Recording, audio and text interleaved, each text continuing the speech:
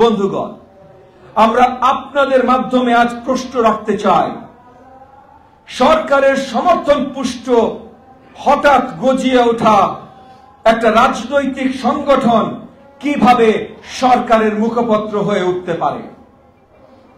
অন্তর্বর্তীকালীন সরকার তার কিছু পছন্দের ব্যক্তিদের ডেকে সর্বদলীয় রাজনৈতিক বৈঠক বলে গণমাধ্যমে প্রচার করেছে। এই সরকার নির্বাচন প্রলম্বিত করতে এখন মন খারাপের নাটক মঞ্চস্থ করছে। আমরা এর অবসান দেখতে চাই। আমরা চাই রাজনৈতিক মাঠের মতন অর্থনীতির মাঠেও বাজেটের জন্য জনগণ যেন না হয়, জনগণের জন্য যেন বাজেট হয়।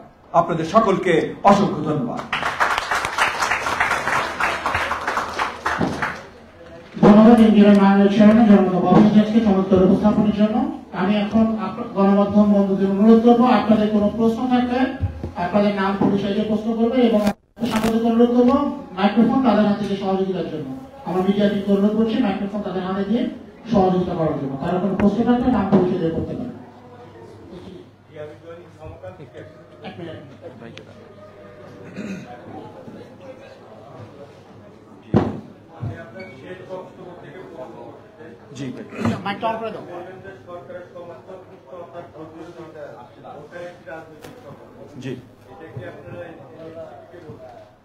দেখেন, কথাটা তো একেবারেই পরিষ্কার।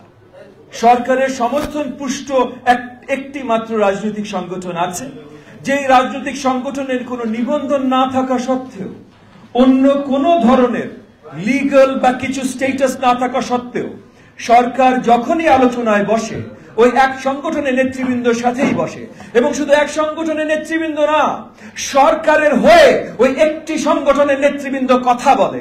সরকারের হয়ে সরকারের বাইরে কারো কথা বলার কোন ধরনের অবস্থান থাকবার কথা না, কিন্তু আমরা বারবার দেখি যে সরকারের হয়ে যখন ওই সংগঠনের নেতৃবৃন্দ কথা বলে তখন সরকারও পরিষ্কারভাবে মেনে নেয় যে ওইটাই সরকারের স্ট্যান্স। তাহলে ওই সংগঠন যদি আগামী নির্বাচনে অংশগ্রহণ করতে চায় তাহলে অবভিয়াসলি সরকারের বিরুদ্ধে এক জায়গায় দাঁড়ানোর একটা পজিশন তৈরি হয়।